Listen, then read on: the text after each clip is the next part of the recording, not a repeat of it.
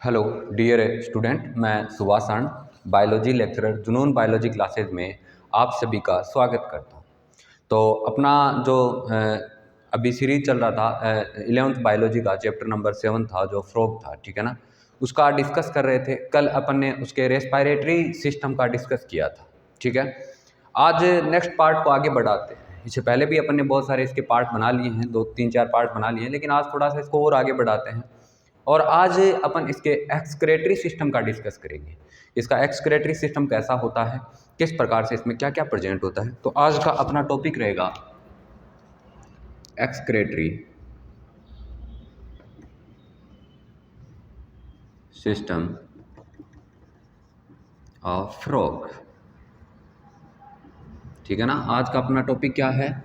Excretory system of frog. Okay, तो आज अपन frog के प्री संचरण तंत्र का डिस्कस करेंगे, ठीक है ना। हिंदी में या मेंढक में प्री संचरण तंत्र, ठीक है ना। उसका अपन डिस्कस करेंगे। तो उसमें सबसे पहले इसमें एक्सक्रेटरी ऑर्गन होता कौन है वो डिस्कस करेंगे। आपको मैंने जब उसकी मॉर्फोलॉजी या पूरी एलिमेंट्री कैनाल का डायग्राम बनाया था तब बताया था कि इसमें एक्सक्रेटरी ऑर्गन की तरह है किडनी फंक्शन करती है। जैसे ह्यूमंस में होता है ना, वैसे ही सेम कंडीशन फ्रॉग में देखने को मिलती है, ठीक है ना। ह्यूमंस के अंदर किडनी प्रेजेंट होती है, ठीक है। किडनी के अंदर नेफ्रॉन प्रेजेंट होती है जो स्ट्रक्चरल फंक्शनल यूनिट होती है। सेम उसी तरह इसमें भी नेफ्रॉन होती है, लेकिन जो नेफ्रॉन होती है वो मीजोनेफ्रिक होती है। कैसी होती है? मीजोनेफ्रिक, मीजोनेफ्रिक, ठीक है ना। इसका मीन्स है इसकी जो नेफ्रॉन होती है उसके अंदर हैनले का लूप होता है, हैनलेज लूप होता है ना, वो अपसेंट होता है या लेस डेवलप होता है, ठीक है ना। मीजोनेफ्रिक प्रकार की जो किडनी होती है ना, उसके अंदर अपन बात करें तो हेनले का लूप अपसेंट हो सकता है या कम डेवलप होता है। जबकि ह्यूमंस की बात करें ना, मानव की बात करें, ह्यूमंस के अंदर मेटानेफ्रिक प्रकार की किडनी पाई जाती है। कैसी? मेटानेफ्रिक, ठीक है ना, जिसमें हेनले का लूप अच्छा डेवलप होता है, ठीक है ना, वेल डेवलप होता है। तो इसके अंदर मोस्टली किडनी द्वारा ही एक्सक्रेशन होगा। मोस्टली जितना भी ऑर्गेनिज्म होते हैं उसमें किडनी द्वारा ही होता है। ह्यूमंस की बात करो तो किडनी द्वारा एक्सक्रेशन होगा, ठीक है ना। उसी तरह से मेंढक के अंदर भी क्या प्रेजेंट होती है? किडनी प्रेजेंट होती है, ठीक है ना।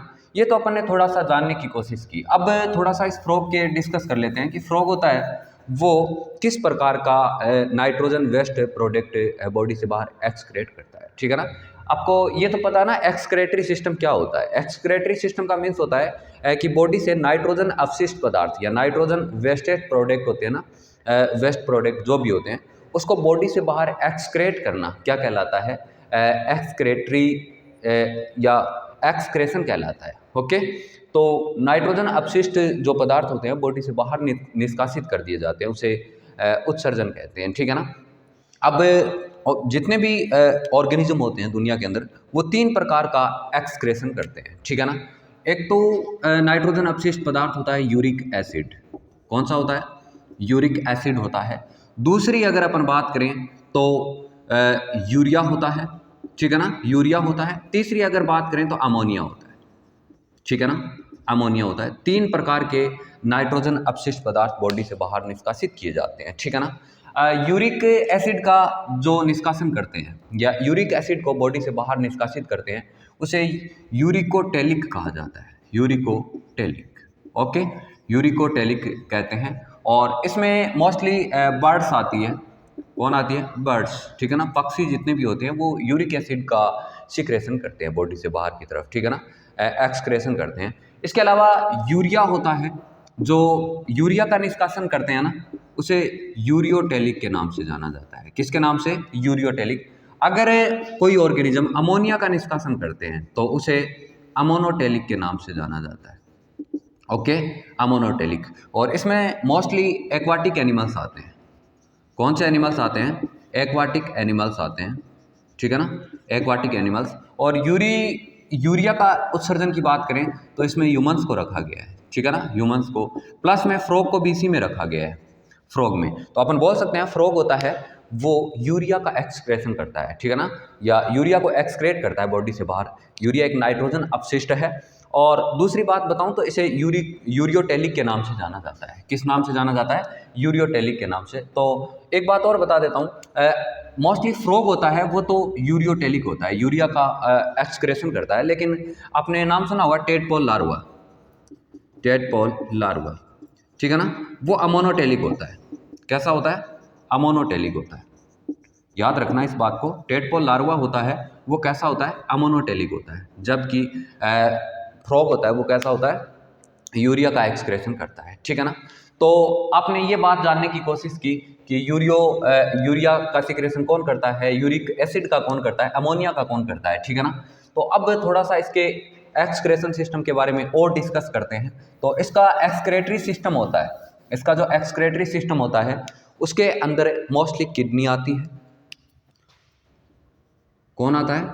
किडनी आती है। ओके, किडनी के अलावा यूरेटर आता है, यूरेटर आता है, ठीक है। इसके अलावा इसमें क्लोएका आता है, इसके अलावा यूरिनरी ब्लैडर आता है, यूरिनरी ब्लैडर आता है, ठीक है ना। ओके, अब अपन बात करते हैं, एक बात और बता देता हूं कि फ्रॉग होता है उसके अंदर मोस्टली मेल फ्रॉग की बात करें तो मेल फ्रॉग की अगर अपन बात करें ना तो उसके अंदर यूरिया प्लस जेनेटियल ट्रैक्ट होता है, वो दोनों एक ही पाथवे से चलते हैं, जबकि फीमेल जो फ्रॉग होता है उसमें थोड़ा अलग चलते हैं। तो अपने को इतना एक बार पता होना चाहिए। देखो मैंने एक बार मॉर्फोलॉजी बनाई थी उसकी, सॉरी एलिमेंट्री कैनाल का जब डायग्राम बनाया था तो एक किडनी बनाई थी मैंने ऐसे, ठीक है ना, इस प्रकार से इसके अंदर किडनी बनाई थी। किसके अंदर बनाई थी?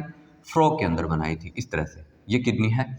और मैं एक बात बता देता हूँ कि किडनी होती है ना, किडनी मोस्टली इसकी किस प्रकार की होती है, ठीक है ना। किडनी होती है वो डार्क रेड कलर की होती है, डार्क रेड कलर की होती है। ओके, इसकी किडनी कैसी होगी? डार्क रेड कलर की होगी, प्लस में इसके और भी कुछ करेक्टर होती है, ये बीन शेप्ड होती है। कैसी शेप्ड होती है? बीन शेप्ड होती है। ओके, ये बात याद रखना। और ये फ्रॉग के वेंट्रल पार्ट में पाई जाती है। किस भाग में पाई जाती है? वेंट्रल पार्ट में पाई जाती है। जैसे ह्यूमंस होता है ना उसके पीछे की तरफ होती है, उसी प्रकार से इसके अंदर भी कौन से पार्ट में मिलती है? वेंट्रल पार्ट में। जिस प्रकार से सॉरी जो ह्यूमंस होता है उसी में सेम प्रोसेस वैसी होती है, ठीक है ना। तो आपको ये भी पता है कि ये किडनी बनाई है डार्क रेड कलर की है, प्लस बीन शेप्ड है, ठीक है। अब एक बात और बता देता हूँ, इस किडनी से अपन ने जब इसके एलिमेंट्री कैनाल को पढ़ रहे थे तो नीचे की तरफ कुछ स्ट्रक्चर निकल रही थी। मान लो ये तो इसकी किडनी है और किडनी के अंदर प्रेजेंट कुछ सब्सटेंस होते हैं, ठीक है, आपको पता है नेफ्रॉन वगैरह वगैरह सारा कुछ होता है इसके अंदर। ओके, ये किडनी बनाई है मैंने। अब इस किडनी से कुछ अपन बात करें, ट्यूब निकलती है इस तरह से, इस तरह से ट्यूब निकलती है। आपने देखा भी होगा इस तरह से क्या निकलती है? ट्यूब निकलती है, जिसे अपन ने क्या नाम दिया था? ये मैंने स्ट्रक्चर किसकी बनाई है? किडनी की बनाई है, ठीक है ना। और किडनी आगे चलकर यूरेटर में ओपन होती है। किस में ओपन होती है? यूरेटर में ओपन होती है, या अपन बोल सकते हैं यूरिनरी डक्ट बोलते हैं इसे। क्या बोलते हैं? ठीक है, ये 2 के नंबर में होते हैं। किडनी भी 2 होती है इसके अंदर, पेट के अंदर पाई जाती है।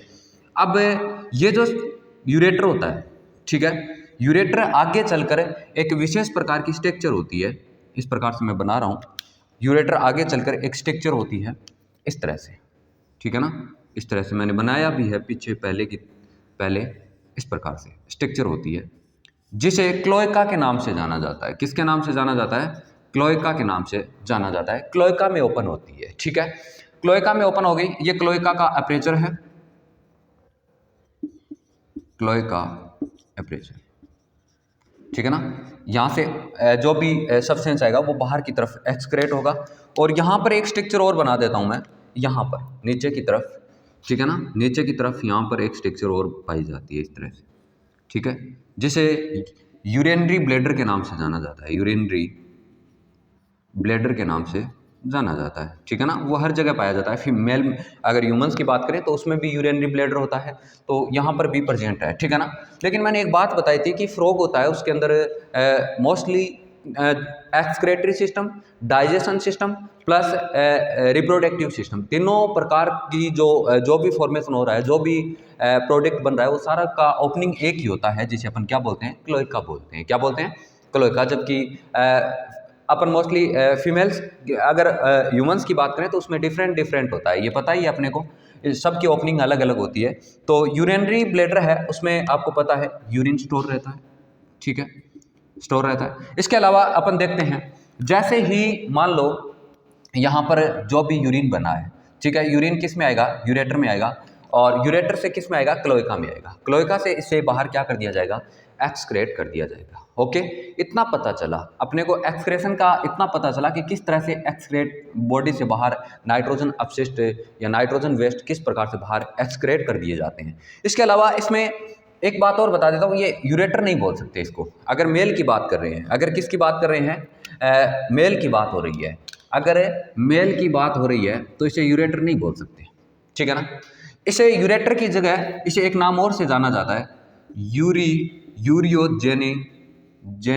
जेनिटियल ट्रैक्ट के नाम से जाना जाता है। किसके नाम से, किसके नाम से, जेनिटियल ट्रैक्ट के नाम से जाना जाता है। अब इसे जेनिटियल ट्रैक्ट के नाम से क्यों जाना जाता है, इसका अपन डिस्कस करते हैं। क्योंकि आपने देखा है जब अपन ने स्ट्रक्चर बनाई थी किडनी की, तो इस किडनी के ऊपर की तरफ इस तरह से साइड के अंदर एक स्ट्रक्चर और भी बनाई थी अपन ने, याद करो, इस प्रकार से एक स्ट्रक्चर और बनाई थी, पैर के रूप में थी।